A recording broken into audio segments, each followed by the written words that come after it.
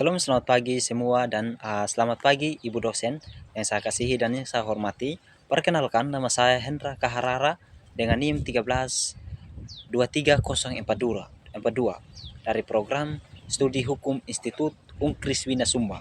Nah, di sini tujuan saya membuat video ini untuk menyelesaikan tugas saya etika Kristen dalam bisnis. Adapun berikut alasan saya membuat tugas tersebut. Yang pertama, terkait pemahaman etika bisnis dalam pandangan beberapa agama.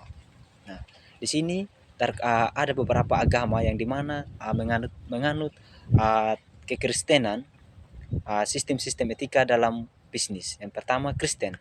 Dalam agama Kristen, etika bisnis didasarkan pada ajaran Yesus Kristus, yang dimana ada beberapa prinsip-prinsip utama etika bisnis dalam Kristen itu sendiri, yang meliputi yang pertama adalah kejujuran dan keadilan. Nah, umat Kristen harus jujur dan adil dalam semua transaksi bisnis mereka. Yang kedua ada kasih dan kasih sayang. Umat Kristen harus memperlakukan semua orang dengan hormat dan kasih, termasuk pelanggan, karyawan, dan transaksi-transaksi maupun pesaing-pesaing lainnya dalam keadaan bisnis tersebut. Nah, yang ketiga ada kesimpulan dari umat Kristen. Yang menjadi kesimpulannya itu umat Kristen harus menjadi pengelola yang baik atas sumber daya yang dipercayakan kepada mereka. Nah, termasuk kekayaan mereka dan lain-lainnya. Nah, dalam etika Kristen yang berpandangan terhadap agama Kristen itu sendiri memiliki tanggung jawab sosial umat Kristen, yang dimana harus terlibat dalam komunitas mereka dan menggunakan bisnis mereka untuk membuat perbedaan positif di dunia di mana mereka ada untuk saat ini.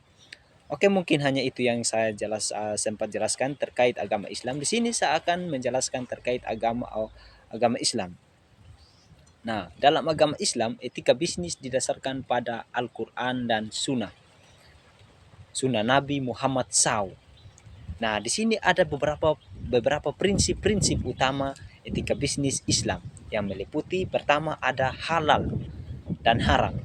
Umat Islam hanya boleh terlibat dalam bisnis yang halal, yaitu bisnis yang sesuai dengan syarat Islam itu sendiri. Yang pertama ada kejujuran dan keadilan. Nah, kejujuran dan keadilan di dalam umat Islam itu harus jujur dan adil dalam semua transaksi bisnis mereka. Yang pertama ada riba. Nah, riba itu adalah pengambilan bunga atas pinjaman, dilarang dalam hukum Islam untuk riba tersebut. Yang kedua ada zakat. Umat Islam wajib menunaikan zakat, yaitu sedekah yang diberikan kepada orang miskin dan yang membutuhkannya. Nah, yang ketiga ada tanggung jawab sosial. Nah, tanggung jawab sosial ini adalah yang terdapat dalam umat Islam itu harus terlibat dalam komunitas mereka dan menggunakan bisnis mereka untuk membuat perbedaan positif di dunia di mana mereka ada, sama halnya dengan agama Kristen yang di atas tadi yang saya jelaskan. Nah, di sini terdapat juga agama Hindu. Nah, agama Hindu dalam pandangan etika Kristen dalam bisnis itu, dalam agama Hindu itu etika bisnis didasarkan pada konsep dharma, yaitu kewajiban moral untuk hidup sesuai dengan hukum alam maupun hukum di mana mereka ada saat ini. Nah, di sini ada juga beberapa prinsip-prinsip utama etika bisnis dalam agama Hindu, yang di mana meliputi beberapa prinsip-prinsip. Yang pertama ada satya. Nah, umat Hindu harus selalu jujur dan benar. Yang kedua, ahimsa. Umat Hindu harus menghindari kekerasan. Yang ketiga, asatya. Umat Hindu tidak boleh mencuri, yang dimana semuanya diatur di dalam kitab agama Hindu itu sendiri. Nah, di sini saya akan menjelaskan terkait agama Buddha, yang dimana di dalam agama Buddha etika bisnis didasarkan pada jalan mulia, yang berunsur 8.